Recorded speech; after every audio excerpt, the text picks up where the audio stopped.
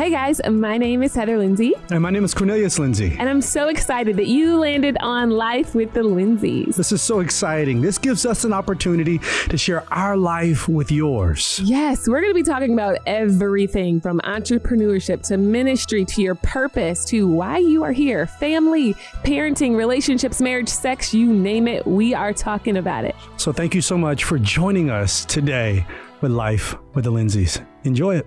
I got a tickle in my throat. You got a tickle in your throat. Coronavirus.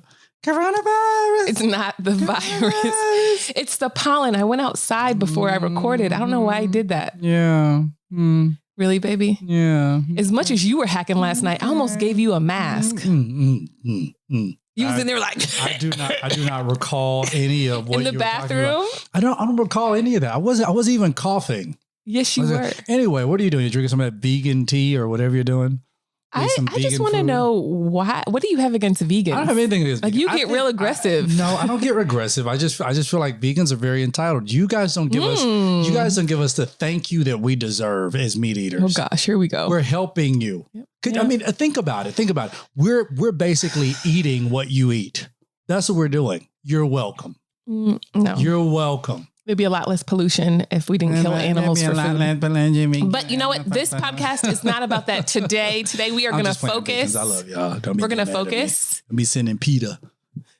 Don't be sending Peter after me. Oh my God. Also, I don't want to forget, babe. Forget about what? Tonight we have Married and Quarantined. No, that's not tonight. Yes, it is. It's tonight. It is tonight. It is tonight. It's tonight. Yes. It is tonight. And so if you're married or if you're single. It is tonight, April 24th. So if you're listening to this in this past April 24th, then I'm sorry. But you can still be a part of our date nights. We're going to be doing it. I mean, I don't know how often, how frequently, but we're going to be doing date nights with all the married couples, all the engaged couples, all the courting couples, just a date night. Well, my wife and I were sitting down, we talking, and we can answer some questions, all that kind of stuff about marriage.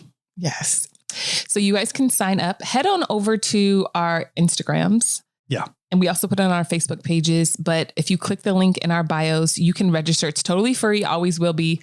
We just want to come hang out with you guys and encourage some married folks out here that might be struggling with the quarantine. Maybe you have to have some really hard conversations with your spouse that you haven't had. Yeah. Since you guys are together 24/7 now. 24/7. Okay. What are we talking about today, baby? We're doing part 2 of parenting. Part 2 of parenting. Last week, I don't know if you got some stuff out of last week. Last week, we talked about discipline. I don't remember what I said because I was half asleep because you woke me up out of my sleep and rushed me down here. So I don't know what I said. Absolutely, I did. Right. Remember how I told you, like, when you wake me up, I need you to be sweet? I was very sweet. When I came up to you, I was like, hey, babe. But you here we go. You sleep like a rock. I do, guys. Like you sleep through natural disasters. I do. Like it was a complete tornado. And like, did you hear anything? Did you see anything? Did you feel anything? No, I slept right through it. I mean, I wake up on the slightest drop of a dime. And then Roman kicks you all night. He does. That grown man is out of a bit. But nonetheless, last week we talked about discipline. I mean, but most of it was really good though, because you were talking about like how you grew up. Yeah. And how you were disciplined. And now we're going to talk about identity. I think it's so important because a child's identity is being formed literally like as a child, right? From the moment you are pregnant, ladies, with your baby, or you adopted your baby, or however you got your baby's mindset and identity is beginning to be formed. Why are you doing that in the middle of the podcast? Y'all should see that face. He's giving me sexy faces. Why are you giving me sexy faces? I was eating grapes. But why? Nobody eats grapes like that with their tongue all out. Some people do, and they're good. That's dope, though. I mean, but you got to tell them about Mama Linda, though. Yes. So Mama Linda's the bomb. She is. So our identity growing up, he's just doing that so he can eat his grapes, but it's fine. So my mother did a really great job at a young age of trying to help us with our identity. Now, granted, we went to a church growing up. I don't feel like they taught the word really hardcore, that you could have a relationship with Jesus, and they didn't talk much about sin or anything like that. But just in our household, my mom did a good job of loving us and teaching us to be accepting of others, regardless of if they're different or whatever the case is. So growing up, my mom always taught us that if you love somebody through their mess, then that can heal them. Baby, why are you on your phone? What are you talking about? Why are you on your phone? You're not being very identifying right now.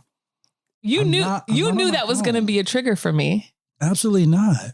Okay, you really? leaned back and you were not engaged, sweetheart. I was engaged. You were talking about your mom and how she always and how she. But I was talking to myself. But I'm on a podcast with my husband. Oh Lord, are we doing that right now?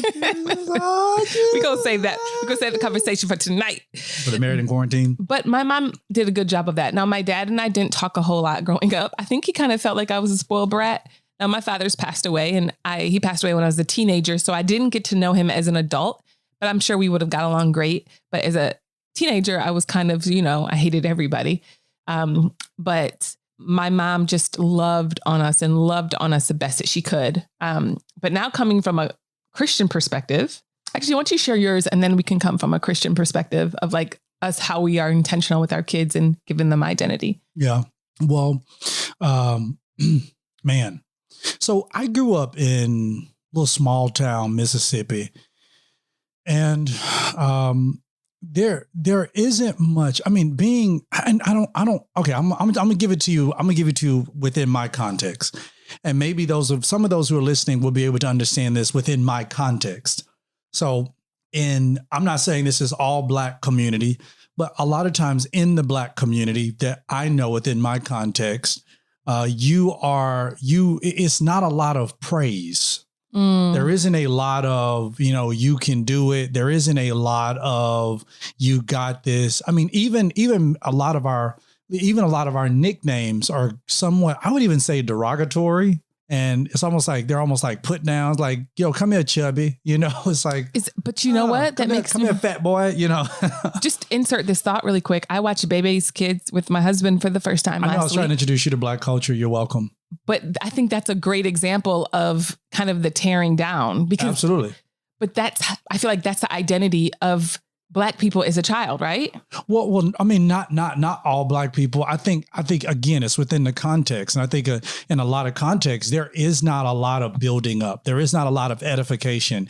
It's like, it's when I've seen in some black contexts and even in some brown contexts where there is, it's like the parent or the mom refers to the daughter as a B. And that's all she is. Oh yeah. It's like, come here, B, like, get up, B, what? Get up. You nappy headed. And it's like, but that's how some kids grow up. And you wonder why we grow up and we become adults and we have so much trauma. And unfortunately, from the people who we desired to really rear us and who we wanted to find safety and comfort in, what we got from them was really this derogatory name that we, in many cases, grew into. Like, I mean, there are probably some Black people and some brown people and some white people probably listening right now who you probably heard, you're going to be just like your daddy. And that is birth, not necessarily because the child is a certain way, but because of the mother's deep-rooted hatred towards the baby's father. Dang. She's going to be just like your daddy. And then that transforms into, something that is derogatory, not necessarily even towards the child, but is derogatory towards the parent's father. But now, since the child really does not have the ability to discern whether or not the mother or just like you and me, just like your mama, the other way, does not have the ability to discern as an adult or as a mature, emotional, healthy person would, to say that my parent is not putting that on me, but that is basically a reference towards my father or towards my mother, then the baby or the child internalizes it as this is me. So I'm going to be bad. So you are bad. And you are this. And so you hear like, that child over there, that child is bad. And in my context, you would hear that a lot about, they didn't necessarily call me bad. Like my cousins, they'll say, don't bring him over to the house because he's bad. He's so bad. That child is bad. And you got to think the child hears that so much that the child believes it, because you got to realize something. It is not what we are called that changes us. Rather, it is what we believe. So if you never believe it, then it doesn't matter. But the day you believe what somebody calls you is the day that it becomes of importance to you. So, I heard that a lot growing up. It's like, you bad. So it sounds like it's like this, I'm cursing you. Absolutely. Essentially, it's a curse. And it's like, my mama cursed me. her mama cursed her. So it's this generational curse of let me curse my seed, which is crazy. Yeah. And I mean, you have to understand, even within the Black context, where some of that comes from. You got to think, when slaves heard slave owners disrespecting Blacks and then disrespecting the Black kids, then this was trained behavior. Yeah. Well, then they learned to do basically what slave master did. So master called the kids monkeys. So then, you get into certain contexts, you get into certain situations where you see a mother looking at her son saying, you just a monkey. You act just like a monkey. Oh, now realizing this is learned behavior. Where we learned it from, you may say, well, I wasn't learning nothing from them. Well, unfortunately, most of how we act as adults is not something that was really taught to us. It is what we caught from what somebody else did. You can go to church every Sunday, but it's you pick up more of how the pastor acts than really what the pastor says. Nobody can remember my sermon from 2 weeks ago, but they can remember the sermon I did when the audio wasn't working and I tossed my phone. Yeah. Because they saw anger and they were like, oh, this is, and they learned something. This is how he deals with anger. Which in turn, I hate people saw that because they were like, this must be okay to deal with anger. Thank God that's been deleted and moved out of the world and out of the realm of life. But it's learned behavior. I think that's so good. This is like a therapy session because I feel like I never realized this. Growing up, I was only encouraged by my mother. Mm-hmm. I mean, literally, she just poured love on me. She encouraged me. You can do anything. Don't give up. And I remember coming home and saying, Mommy, they said this girl said I'm stupid at school. And she asked me, she's like, well, are you stupid? And I said, no, I'm not stupid.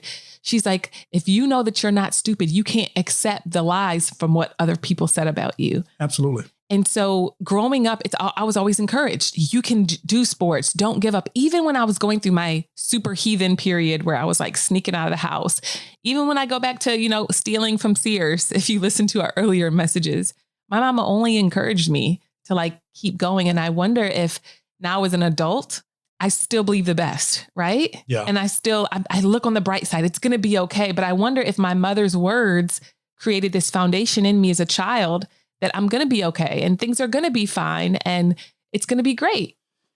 It's like, man, you were encouraged. And when somebody called you stupid, you had somebody who you respected enough to challenge what they said about you and then to rear you in the right direction. Absolutely. That's what the Bible means when it says, parents train your children in the admonition of the Lord and really training them in the way that they should go. So when they're older, they won't depart from it. So now you're older and if anybody calls you stupid, you're like, I know I'm not stupid. Exactly. Because you have already learned the behavior. It is already substantiated and stamped within you. Now you got to think about somebody who was called stupid growing up by the person who birthed them. You stupid. That's so sad. I just want to go hug so him. Dumb. Look at you. You're not even graduating. That's all you do. You walk outside with your pants hanging down. You will never do this. You will never do that. Thank God I grew up in a household. My mom is amazing. My mom would tell me all the time. One thing she would always say, I would say, Mom, I can't do it. And she would say, can't is not allowed in my house. No, that's right. That's not allowed in my house. And you don't tell me what you can't do. Yeah. You're going to only tell me what you can do. And that was Mama Clover. That was a continuous thing. So it's like, now I'm at this place in my life where people look at me and they say, well, how do y'all do all this stuff? And I say, because I can. That's right. And because my mom trained me. Same. She trained me to say, hold on, what you mean you can't? That's why, our employees, they come to me and say, well, we can't do it. That's a lie. Figure it out.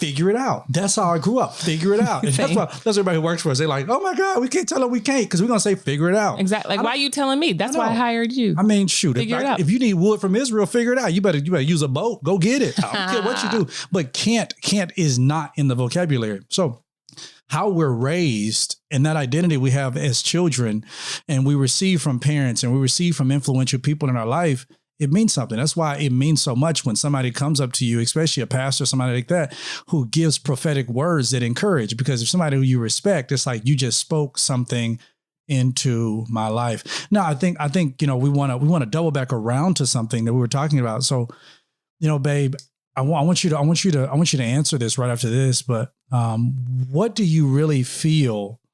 What do you feel like was what do you feel like when you left out of your mother and father's house? How do you feel like how do you feel your identity was within that moment when you left? I want to talk about it right after this. Now, you guys, it's so important that you have life insurance, period. And that's why we love Policy Genius. Now, there's some things we can look back and think, how did I get that wrong? But don't worry, with Policy Genius, you can get your life insurance right. Policy Genius makes finding the right life insurance a breeze. In minutes, you can compare quotes from top insurers to find your best price. You could save $1,500 or more a year by using Policy Genius to compare life insurance policies. Once you apply, the Policy Genius team will handle all the paperwork and red tape for free. And Policy Genius doesn't just make life easy. They can also help you find the right home and auto insurance or disability insurance. Now, so even if you look back over all of your triple denim days in distress, you'll never be distressed about life insurance with Policy Genius. In just a few minutes, you can find your best price and apply right now at policygenius.com. We get all things wrong from time to time. At least we can get life insurance right with Policy Genius. Make sure you go now to policygenius.com. Okay, and we're back. I think that's a great question.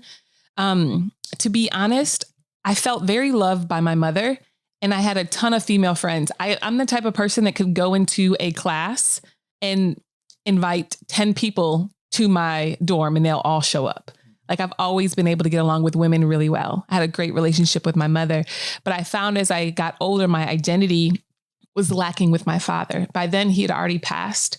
But I struggled with, what type of guy should I choose? You know what I mean? And all of a sudden, when I got to college, all these guys gave me attention. I went to Michigan State. There's 2,000 students there.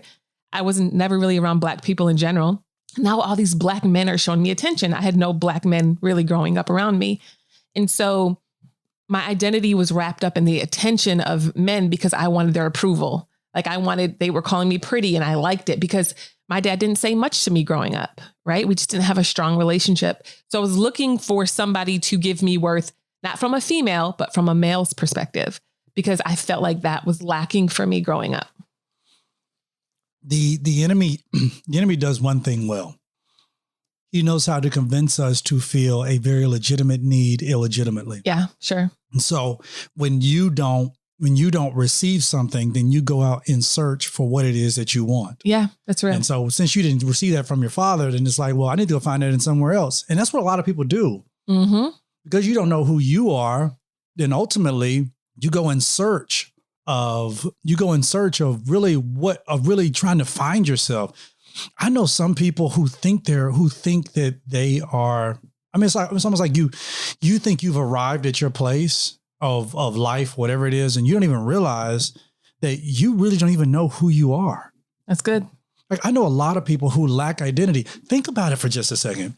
Most of the people we know, babe, are wrapped up in their achievement. They're wrapped up in what they do. Like, the first question somebody asks me is, they'll say, hey, well, what's your name? My name is Cornelius. So what do you do? And I'm like, well, why does that matter? And the reason why it matters is because people will judge you and base you off of what you do.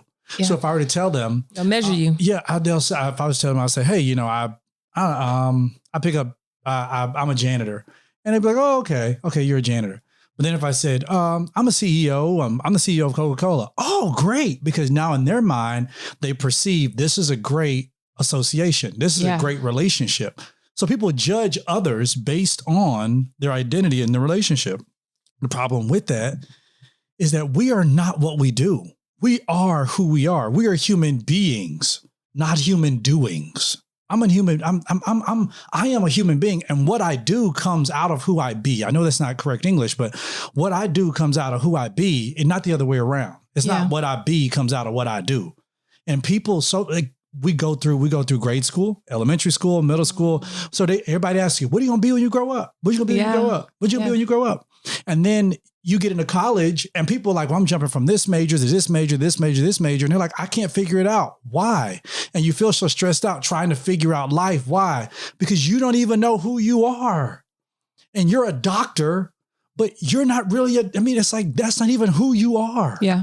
So now you're trying to conform to an image of what mama and daddy and an advisor and a counselor told you to be, but that's not even who you are. That's the reason why, you're a doctor Monday through Friday, but you like gardening. Yeah. Gardening is what brings you fulfillment, but you never searched for that because you were so focused on what you're supposed to do. And you thought having a lot of money was going to satisfy that thing in you, but that is all a part of what you do. If you find who you are first, then what you do grows out of it. Purpose is messed up and it is mistaught when you hear that you need to find out what you do before you find out who you are.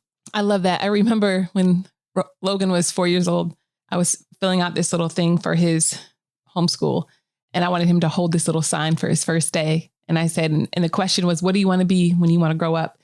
And he looked at me, he said, Mom, I don't know. Why? Because I'm 4. Yeah. And I'm like, why do we put all this pressure on children, on ourselves, especially if those that are in college? Like, why are you pressuring them? What do you want to be? What do you want to be? Instead, we should say, all right, what has God called us to be? And something that I love that we do in our marriage with our children is we want to cultivate. Holy Spirit, show us what our kids are called to do. Show us who they are so we can cultivate that and encourage that. I don't want to send, one of the kids off to law school if that's not their calling. Exactly. We're not going to support that. We're not going to pay for that. Exactly. You know what I mean? Like, what is the Holy Spirit telling you to do? Exactly. And if you don't know, let's take a gap year. Yeah. And let's spend time with the Lord. Let's do missions. Let's travel. Let's see what the Holy Spirit wants you to do. And then you can make that decision. So I want to kind of segue, and I love that we got talking about identity. I feel like this podcast is turning into identity in general, not just like parenting, but from a young age, we kind of identified our children. Now, let's start with Logan. He's our leader. So from the moment he came out, we're like, you're our leader. Yeah. You're a leader. And then you might walk through the house and say, where's my leader? And he'd be like, I'm right here, Dad. Like, he's ready. And you can see that he leads in his relationships and his friendships at school and stuff like that. Right. And then we look at Taylor. We call her our powerhouse. You said you didn't want to call her a princess because she's more than just a princess. She is. And I feel like with little girls, it's from me, my perspective. This is me. Little girls, depending upon how you see your child. When I look at Taylor, I think she's more than a princess. She's more than just she's more than just some pretty dress and a tiara. Like, she has power within her. She's beautiful she believes and powerful, and she believes it. And there's we look at her all the time. I look when you do this with her, babe, and we look at her. We say, pick your chin up. You bow down to no one except Jesus Christ. That's right. Like, you are strong. Like, the only man in this world that you would need to serve. Now she's in her father's house, but after this, it's like you will have a reverence with your husband as your husband would have one with you. But yeah, he is. Yeah. Logan's our leader. Taylor's our powerhouse. And Roman's our warrior. And he is our warrior, godly. But the crazy thing is our children are becoming what we have identified them. Absolutely. And I want to challenge you. Your children are becoming what you are identifying them as. Your marriage is going to become what you're identifying it as. Your mindset is going to become what you're identifying it as. And for our children, we said, all right, Roman, you're our warrior. And he literally just comes up and like fights. And I feel like somebody else might say, oh, hey, he's bad. He's not bad. He's just strong and he's a warrior, and God is going to use him to fight against, darkness one day. And I'm excited about that. But I feel like we're shaping our children's identity now. Yeah. We're shaping how they think about money, how they think about finances, how they think about marriage. And I love Logan said this last night. So I'm sitting there and I think I was on your lap or something. We're sitting in a chair and I was like kissing your forehead, and Logan looked over and he's like, really, in front of your kids? And we're like, what? We love each other. And he said, I know you guys love each other because you sleep in the same bed. And we're like, okay, how do you know that? And he said, because when you guys were watching Married at First Sight. When you were watching it, I was watching it. Okay. Well, sometimes you watch, baby. But not really. Right.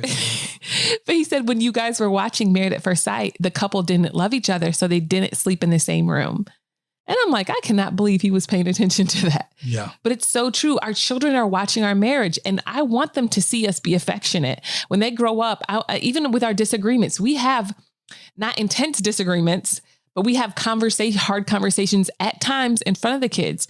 because we want them to see us have hard conversations and then also resolve those conversations. Yeah. I don't want them to think that we just never fight and we never have conflict and everything is perfect in our marriage and it's wonderful. Yes, we get along. Yes, we're doing great. And there's times when we have to take those conversations upstairs away from the kids. Right.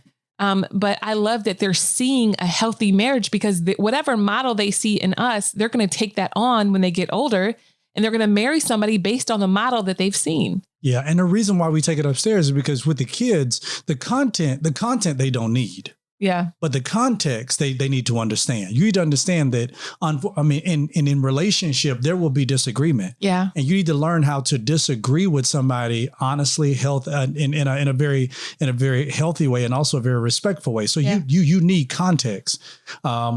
It's just important for us to realize that. But I mean, from the beginning, it was like Logan's our leader, Taylor's our powerhouse, Roman's our warrior, and they become that. And now if we look at Logan, we say, Logan, who are you? He said, I'm the leader. Remember his teacher came to us and his teacher was like, we just love Logan in his class. He's just a little leader. He always wants to lead the line. He's always helping me in class. He's always first to pick up his stuff. He's always, he's even leading the other kids, telling the other kids to do this. And she was kind of looking at us. I guess she expected for us to be shocked and surprised. But we were like, ma'am, this is what we expect because this is what we call our kid. From the time he came home from the hospital, he was Logan the leader. From before Taylor was born in the womb, we said, you're a powerhouse. Before Roman was even, when we found out we were pregnant, we said Roman is a warrior. Mm-hmm. And now that is what he is.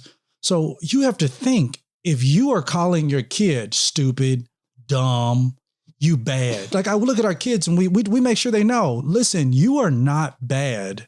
You are not bad. You're just, what you did was just a bad thing.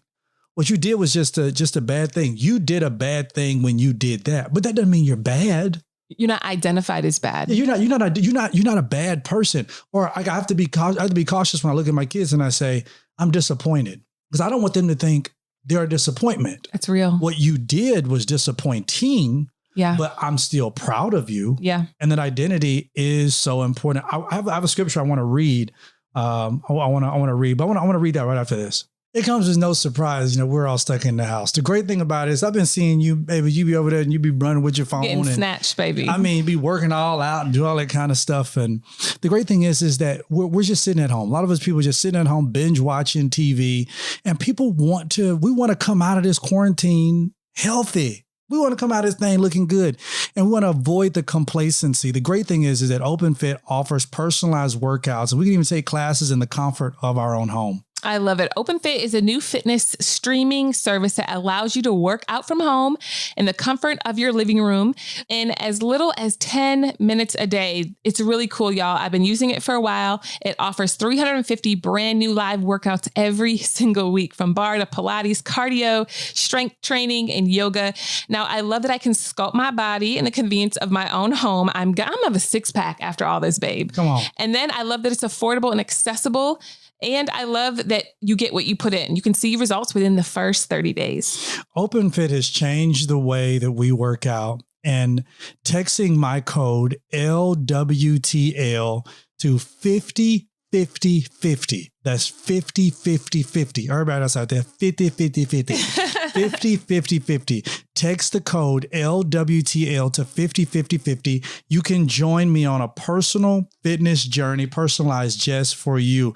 Right now, during the OpenFit 14-day challenge, all of our listeners get a special extended 14-day free trial membership to OpenFit when you text LWTL to 505050. You will get full access to OpenFit, all the workouts, nutrition information, totally free. Again, just text LWTL to 505050. Again, 505050. Disclaimer, standard message and data rates may apply, but text it right now, LWTL to 505050. So Mark chapter 1 says something. So Jesus, John the Baptist preaching everything. Jesus came from Nazareth, and he had gone into Galilee, and John was baptizing Jesus in the Jordan River, and Jesus came up out of the water. in baptism, and there was this word that came from heaven. The voice from heaven said, "You are my beloved son, in whom I am well pleased." I love that scripture. Yeah. But you notice that when the voice from heaven came, this was at the beginning of Jesus's ministry. Jesus had not yet performed a miracle. Jesus had not yet became the sacrifice we needed for salvation. Jesus had not, he had not healed a leper. The hem of his garment, there was no woman there with an issue of blood to touch the hem of his garment. Jesus had not accomplished anything, but still the Father says to him, "Here's my beloved son, in whom I'm well pleased." He gave him two things there. He said, number one, let me identify you. You're my beloved son. Number two, let me approve of you already before you do anything. He says, "You're my beloved son, and I'm already pleased with you. I'm pleased with you whether or not you do it." That's why it burns me up. Like when parents, they get upset with their kids, they're like, I don't want anything to do with my kid because their kid didn't become a doctor. It's like, what kind of unconditional love is that? That's crazy. I don't care what my kids do. Yeah. You are my beloved son. We tell our kids this all the time. You are our children, and we're pleased with you. Now, whatever decision you make, that's going to be between you and God. I'm going to steer you in the right direction. I want you to make the right decision, but ultimately you are my beloved child and I'm pleased with you. I love that. I remember, just to go along those lines, I remember one time Taylor was going through this weird season, and our daughter's Taylor, she's 4, she's going to be 5 this July. And every time I corrected her, she's like, "You're mad at me," and would bawl her eyes out, like distraught. And I just didn't understand what happened. And the Holy Spirit said to me, he said, "Say this to her." And I said this, I said, "Taylor, there's nothing that you can do that would make me stop loving you." And she looked at me and her eyes got big and she wiped her tears and she started playing. And I was like, "What?" And so then she did something else and she looks over at me. She's like, "Are you mad at me?" I said, "Taylor, what did I say?" She said, "There's nothing I can do that would make you stop loving me, mommy." And I'm like, "You're right." And I never had that issue with her again. She's never accused me of being mad at her. She's never accused me of hating her. Nothing like that, which is weird because I never gave her the picture that I didn't love her, but she just needed reassurance from me that I loved her. And so it's just something like that, correcting your child in that way and just saying, yes, maybe what you did wasn't the best decision. How can we find a better decision? How can we do this differently? But I want you to know that the love I have for you is unconditional and there's nothing that you can do that would make me stop loving you. Yeah. And you got to know, you got to be able to know how to read your children. That's real. And they're all different. Yes. And unfortunately, and this is the hard part, because many of us as adults, because we don't know who we are, it's real. It's difficult for us to be able to give a healthy identity to our children. Mm-hmm.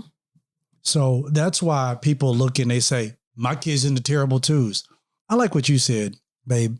You came up and I remember somebody said, "Oh, they must be in the terrible twos." And you said, "No, we're in the terrific twos." That's right.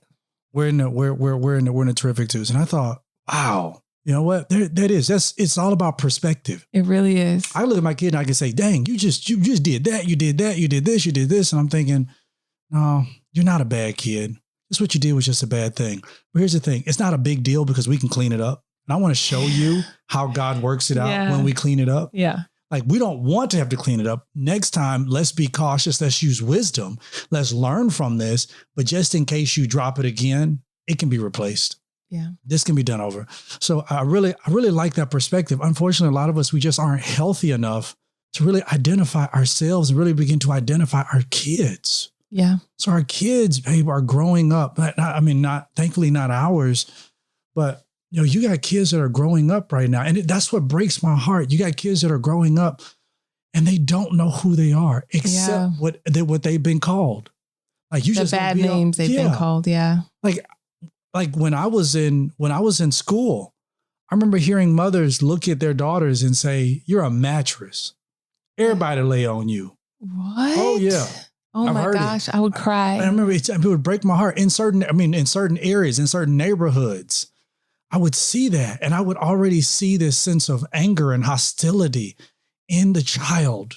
And I just feel like right now, there are some adults who are listening right now, and you grew up in that type of environment. Wow. Yeah. And these words are hitting you because you know that your life, like the fear, the anxiety you have in your life right now comes from how you were raised. Yeah. That's real. The reason why you are non-combative, that you don't like to confront things in your life right now, is because of how you were raised.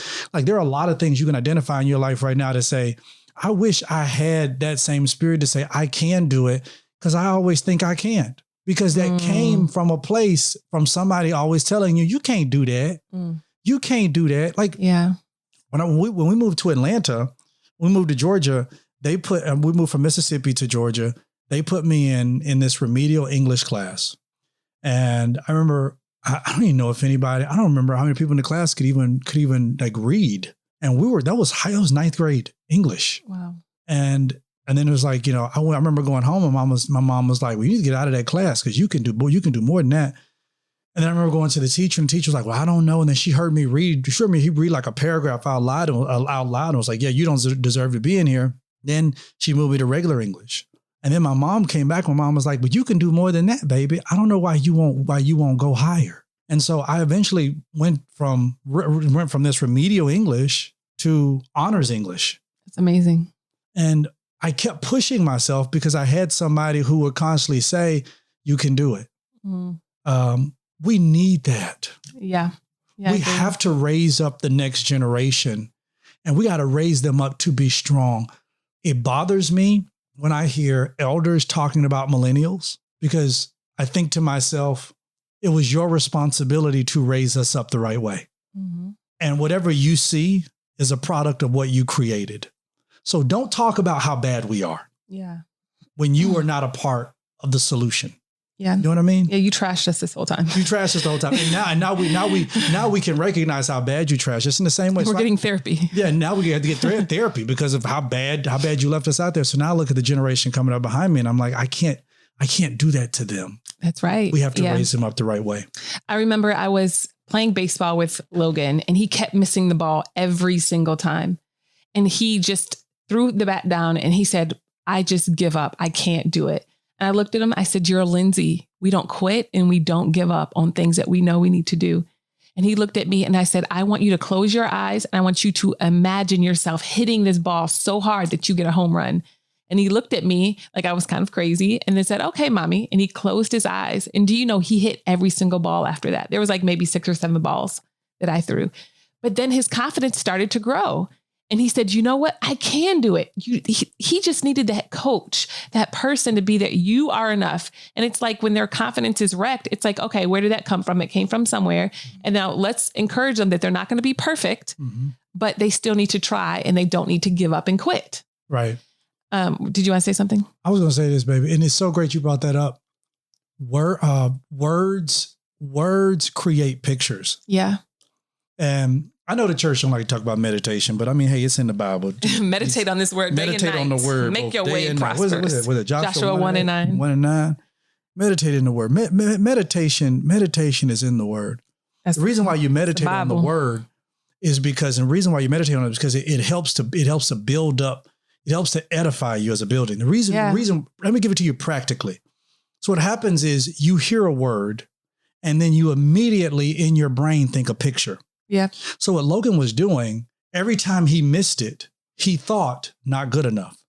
But it wasn't just he just thought it, he saw it. It's real. So he saw himself missing every other ball. He saw himself missing every other ball. Saw himself missing every other ball. The moment you told him to stop and visualize him doing it, now change the word picture that he had in his head.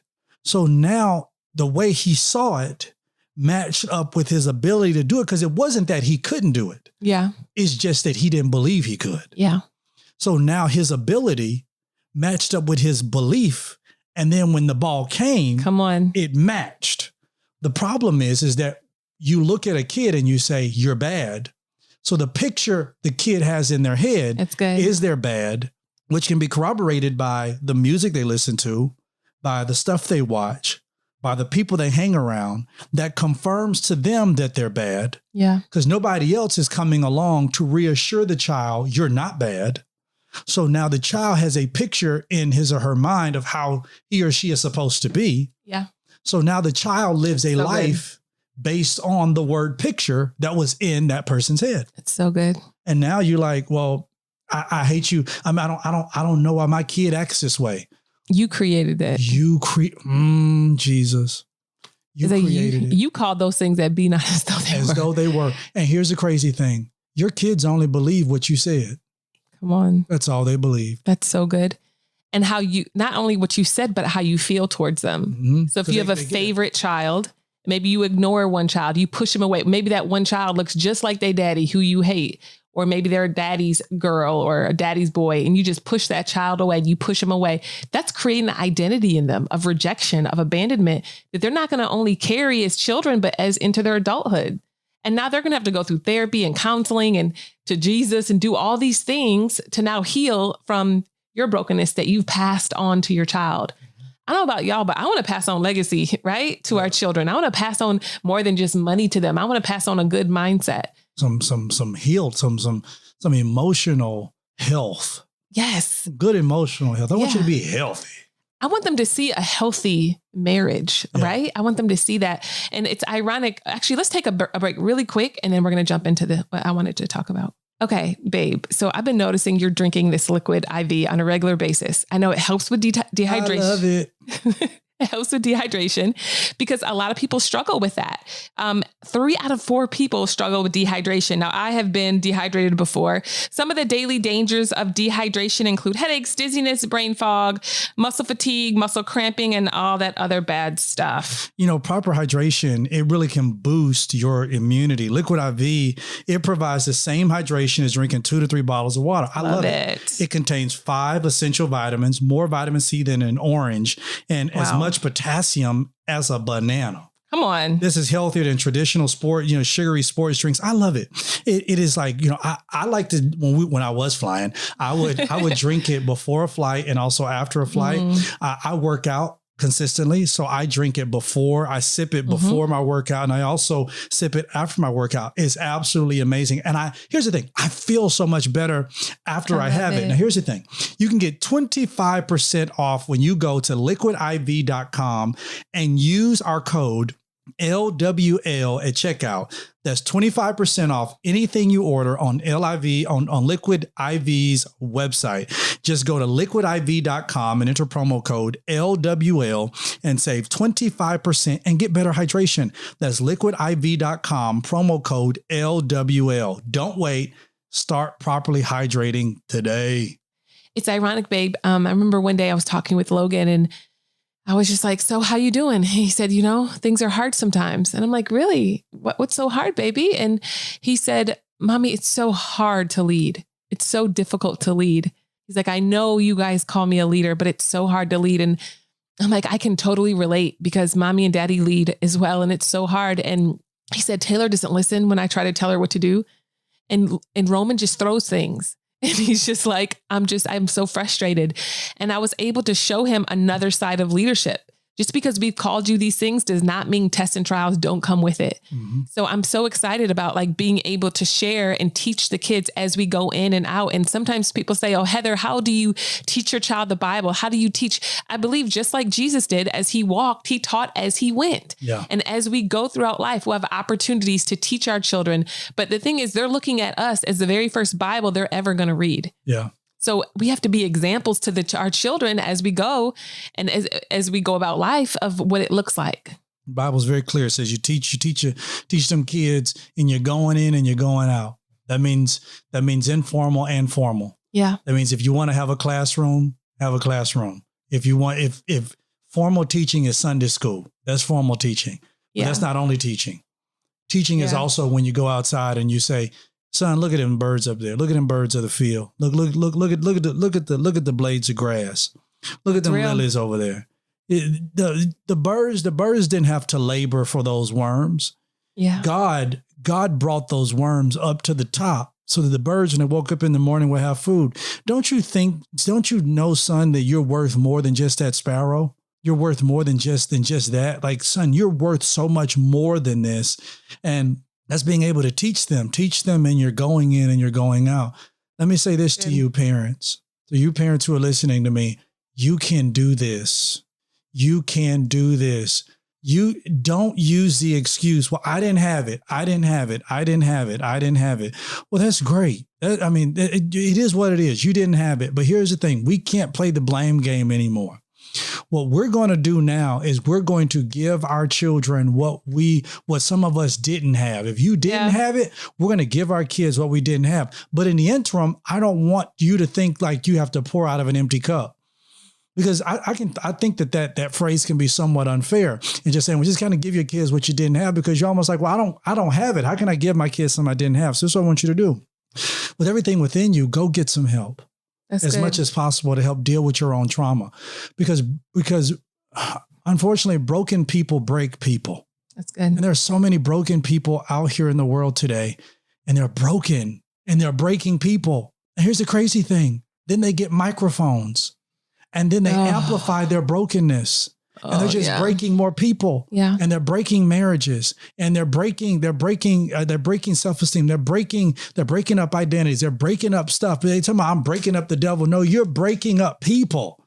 Yeah. And if you are unhealthy, go get help. If you're sick, don't you go to a hospital? Like, if you're sick in your head and you know that you're not emotionally well, yes, you may provide for your kid, but just putting a roof over their head is not enough.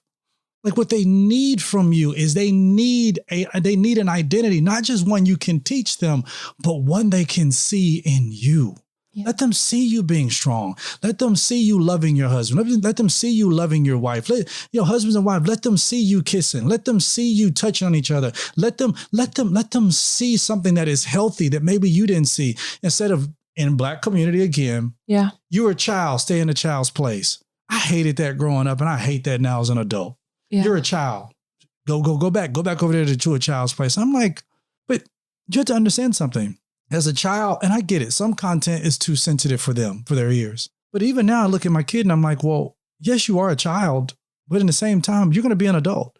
That's real. And I want you to know how to handle these type of situations. Remember Logan used to sit in all my pastor meetings? All of them. He just sit there on the floor. He'd sit there in my office. I'd be on the phone, and I'd be negotiating a contract or doing this or doing that. And he'd just sit there. And I'm like, what are you doing, son? I'm listening. He'd get up, he'll go play with his thing. And in the beginning, we thought, oh, he was just playing with a truck. Oh no, he heard everything. He heard everything. And he still hears everything. Everything. And the good thing about that is that I'll hear him playing with his friends, and he'll make a phrase that I said to somebody else on the phone. But he caught it. Yeah. And now I can trust it when he gets into negotiations on business contracts. He negotiates with his friends right now. And he's like, no, we're not going to do that because blah, blah, blah, blah. He negotiates with me. He negotiates with you. He learned the art of negotiation because he listened. Yeah. So we have to be able to merge those two together as well. Identity is so important, guys. No, I think it's so good. That's pretty much all I got, baby. That's how you end it? That's it. I feel like we've covered so much from our identity as adults. Oh yeah. One thing I did want to add. Sorry. I'm glad I caught it. Yeah. You did. I actually wrote it down, but I forgot to mention it. You mentioned getting extra help. Now, some people might be listening and saying, I can't afford therapy. What does that look like? Do you know there's so many free resources now? We have access to so much content, you guys. YouTube videos are free. Right? Some books on PDF are even free. Some Kindle books are even free. Utilize your free resources, sermons, podcasts, utilize those things to help be a part of your healing until you can afford maybe therapy at some point. But don't just listen and say, well, I can't afford it. I'm not going to try to change. No, listen to these things and take them and say, okay, I'm going to do something different with my generation. You might not even have children and you might be listening. Okay, well, what will your future children's identity be like based on the new information that you decided to apply in your life before children? Yeah. You can do something different. So yeah. That's super good. I really like that. I want to get a tattoo. Huh? You said you want to get a tattoo? Yeah, I want to get another. That's so random. Okay, real quick, one more thing. I was thinking about it. I saw my ring finger and I was like, that one's dope. I want to get my other one. Last quick thing. Yes, baby. To single moms or single parents. If you don't like your spouse, it would be good and beneficial for your child to see a healthy co-parenting situation Because I remember our pastor, Bishop Jake, said this once. He said, there's no way that you can divorce their daddy and not divorce a part of them in your child, because you guys made that child, right? You guys made that baby. And that baby feels like this fight going on because the people that made me hate each other. Right. So if we could help bring peace to a situation and help build up our child's identity by letting them know that we love you and we're in this to make sure that everybody's peaceful, everybody's happy. We might not be together, but I want to encourage you. Yeah. The kids looking at it.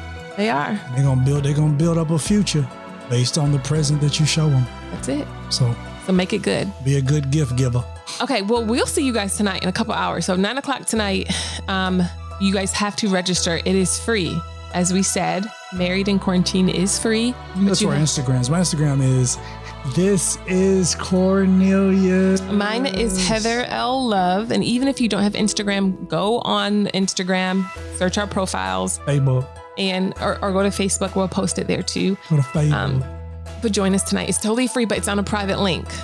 Yeah, and it's date night. So come on.